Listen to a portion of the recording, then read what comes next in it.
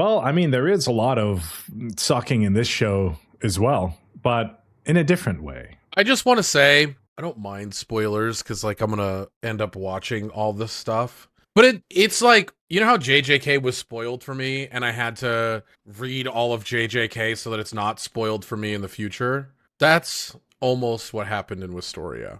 Almost.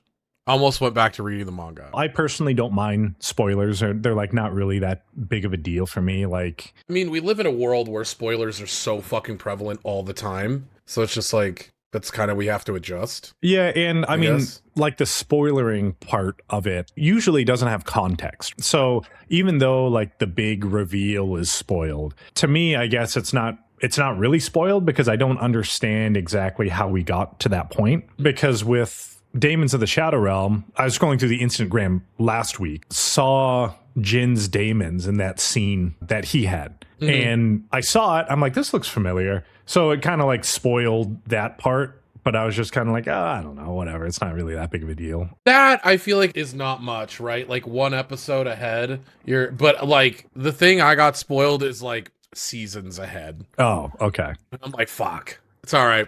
So we will move on to episode 3 of Wistoria, Petite Wand, and Large Sword. Earthy Sword. It recaps Rosti dying and saying that he'll always be by Will's side as he disappears into a fine mist. And as Will is falling off of the building, Werkner catches him on his dragon, and Will drops his sword as the Devander is standing victorious over the battlefield. Just want to say I noticed something in this episode that makes me fucking furious. Go ahead. Let me see if I could find how far the screenshot is backward. It's in episode 2. We go back into time, friends. Oh, okay. Well, you know what? I don't really care because the show made me not care in this episode. Okay, so I noticed something really important. I think, at least. I don't know. But either way, it made me angry. So we, as the viewer, are not usually putting 2 and 5 together. And here is 2 and 5 in this screenshot. If you get what I'm saying, I'm not... Greg said something important. Rosti disappears. All of this is important. Yeah, it doesn't matter. Nothing matters. Yeah, nothing matters. Nothing matters. Okay. It cuts to the Magiavander, and Zio lightning punches the table and then walks away. And Kakarot is like, where do you think you're going? And he's like, to the battlefield. And everyone is dying because they're useless. But we're the most useless because we're just watching them die. Kakarot is like, you heard Aaron. If one of us dies, the barrier falls, so be more of a Magiavander, you loser, Zio. And Zio's like, whatever. I don't want the title of Petite Coward Wand. But Kakarot throws a fire arrow and is like, nah, go back to your seat. And then I thought, you know, wasn't your guys' like mana reserves all like low and shit because of the barrier, but now you're just wasting mana punching a table and throwing fire arrows at each other's feet? Like, yes, of course, because those spells don't require a lot, right? They probably have like giga mana reserves. Holding up the sky, Greg, would probably be pretty difficult. Yeah, so I don't know why you just waste your mana off of fire arrows and lightning punch tables. I mean, it probably regenerates within... Like, their mana probably regenerates, like, 20k a second, and that spell costed 2. I would have rather he just kind of, like, casually threw that fire arrow, like, off the balcony, and then it just, like, hit a demon in the head or something. That'd be fucking sick, though. But then you'd be upset because, like, you'd be like, oh, well, if he could throw all those arrows off the side and kill all the demons, why doesn't he just throw fucking 45 of them and kill all the demons? Well, you're right, because with your logic, his mana pool is so gigantic. He's basically Utah, and he's, like... cursed energy so much, I might as well just toss all these arrows off of here because my mana's going to regenerate so fast. Right? True. But also, I do want to say, this part, this fucking Elfie walking over to Aaron, they didn't need to zoom in on them fucking dogs like that. They didn't need to. You just don't. Stop it. Well, it was probably really important. Was it, Greg? Was this just was like this your other really screenshot? important? Yeah, really important. It may have more to the story than meets the eye. Shut up, Greg. But Eleanor's aide shields Eleanor's eyes from the two dudes having a dick measuring contest, and she's like, we just chill out. But her other aide is like, but we have an elf down there. And it shows Wignall, and Eleanor's like, go to Wignall. And she's like, yes, my liege, and then teleports away. Elfie gets up and mean mugs Aaron and tells him to take back his order. And he's like, no. But then Elfie freezes the room and she's like, I'm going to save Will. And if you try to stop me, I'll take you down too, Aaron. But then it cuts back to Werkner and Will. And Werkner is like, the Devander and the other demons are fucking us. And even the dwarves aren't able to help. And Will is our only hope. But Will continues his pity party about not being able to do anything. And he's like, is it because I can't use magic? Is that why I can't protect anybody? It's all my fault. Werkner, why am I the only one that can't use magic? Which is really weird because in this situation, obviously magic isn't doing anything. So Will is just like, why can't I use magic to be useless like everyone else against these demons that are immune to magic? Okay, Will's opinion of magic is much higher than people who can use magic. To Will, it's the answer to everything that he's thought of before this. Sure. It's like if you're like, good example, capitalism. If you have money, your problems are different than if you do not. And sometimes it's almost insurmountable when you don't have money and have problems than if you have money and have problems. All these kids, bunch of rich kids with magic. They got infinite magic, infinite money glitch. And then Will's just like, dude, if I had like $7 right now, I'd be able to pay this guy off. But Werkner is like, pull yourself together, man. But then Knife Evil Mage Guy is standing in the air on some knives. And he's like, that kid is going to be a problem. And then he unlimited knife works Werkner and Will. Damn it, Greg.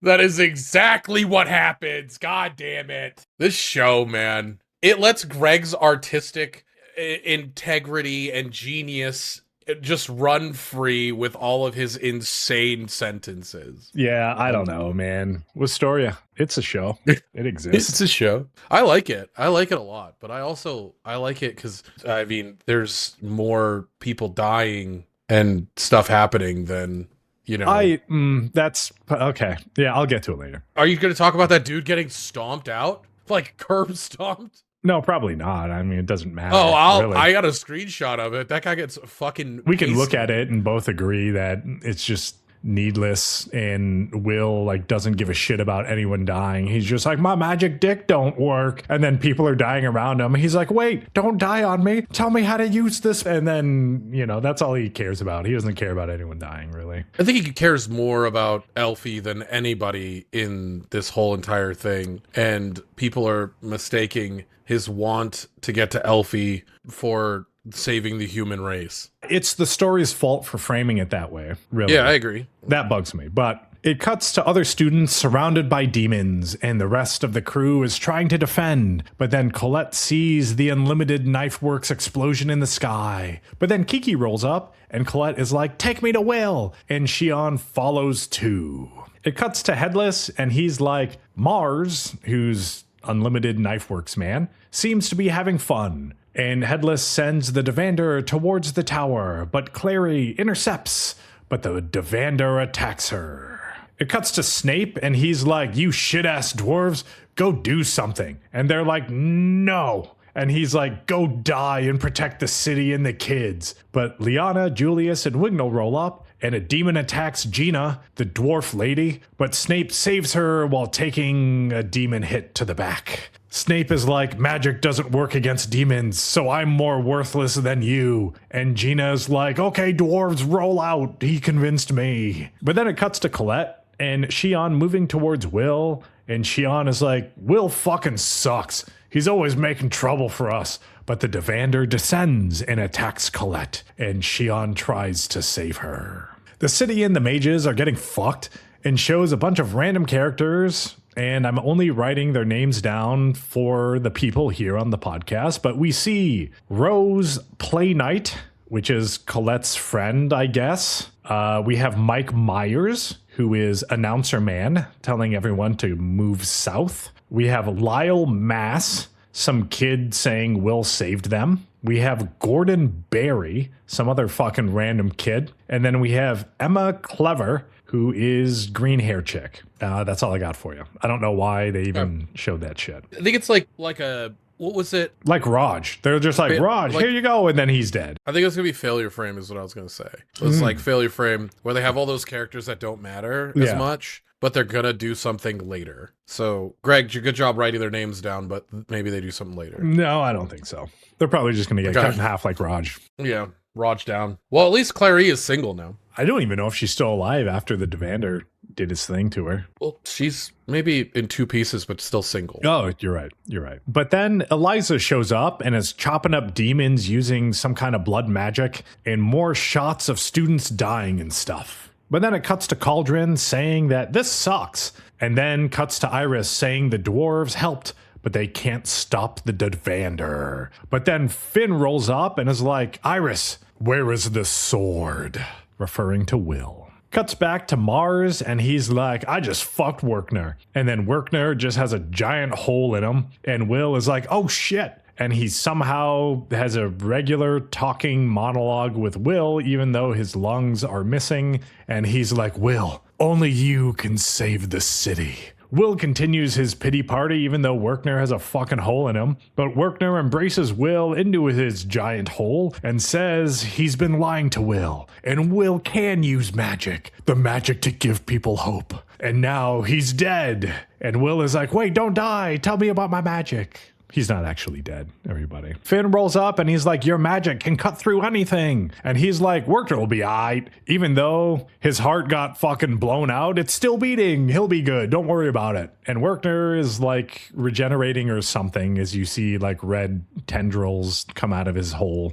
And Finn is like, you gotta believe. And Will is like, that's dumb as fuck. And then Finn gives him a pep talk about being a sword who wants to be a wand or something and gives Will his sword and then bleeds on it and it powers up and he's like, cast the spell that's in your heart. And Will casts courage and then goes Super Saiyan and grows his hair out and it turns white and turns off his limiter and then he just fucking Tron bikes through the city fucking cutting up demons and everyone was like, holy shit, what's happening? But then it cuts to Shion and Colette and Colette is like, dumbass, Will is the most courageous. And Will wouldn't run. And the Devander goes to fuck him, but Will teleports in and is like, I'm a piece of shit. I'll become a mage blade. And then that's how episode 3 ends. Oh, this is so dope.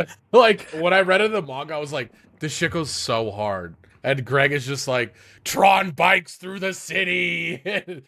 Fucking dick, dude. I loved this episode. I thought it was great. I must be the only one that just like watched it and was like, I don't know, man. Like it felt forced. Like that's the problem with me. Like the episode didn't feel like natural. So far with Wistoria, like the past 2 episodes, you have people dying for like literally no reason and like nobody cares. Werkner gets a hole fucking blown in him, but he's perfectly fine. You have the teachers showing their struggle. Greg, magic. And you know, the students are like doing better than the teachers. And then Will just grows his hair out. He's in his rebellious phase and he's just riding his Tron bike around the city without a care in the world, just chopping up demons, and everyone's like, man, I'm such a piece of shit compared to fucking giant ass wiener sword Will just fucking white lightning dashing around the city. Like, why am I even here? I'm a piece of shit. Yeah, I don't know. And then he clashes swords with like the Devander or whatever, and then, you know, I don't know. It's fine, I guess.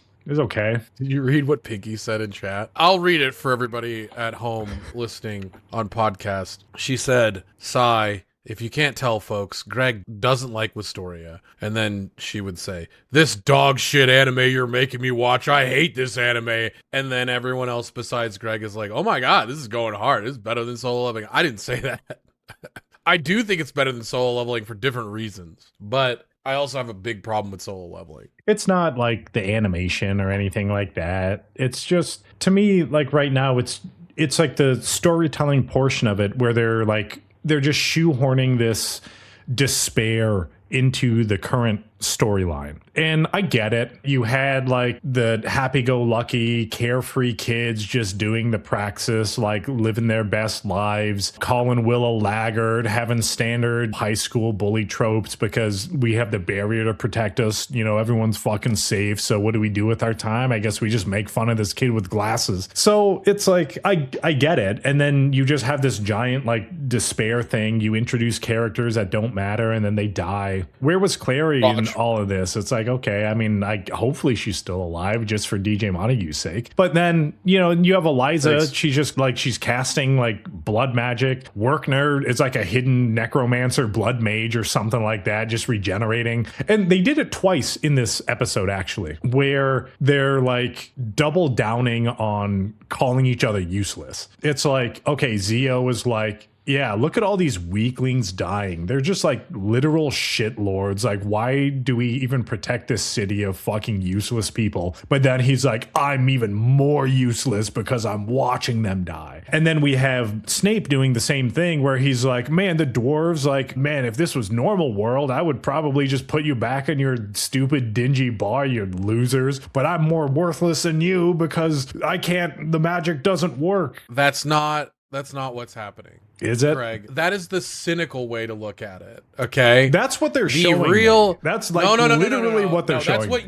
That's what you're absorbing because your heart is corrupted. Okay, Zio and Edward are both saying, I normally have so much power in this world. I have the power to save these people, but right now I can do nothing. And the frustration is that they have to fight in my stead because I'm useless right now. Yeah, I get it. Normally, cool. Yeah. So normally, Zio would be like, you fucking idiots, I'll do it. Like he was from the East Coast trying to help someone fix a tire on the side of the road because he has the knowledge and the power to do so. That's the East Coast term of endearment. Edward similarly. But you're like, you're thinking that everybody is just like, everyone's fucking useless. I'm the greatest, but I can't be the greatest right now because this is stupid. I hate it here. No, I mean, that concept wasn't lost on me. I understand, like, that's what they were trying to say. And my issue is I saw what they were going for, but I feel like the execution of how they did it wasn't very good. They probably could have done it better. I guess that's like my main gripe with that is like you could have done, I feel like, a lot of this stuff, like built that sense of despair,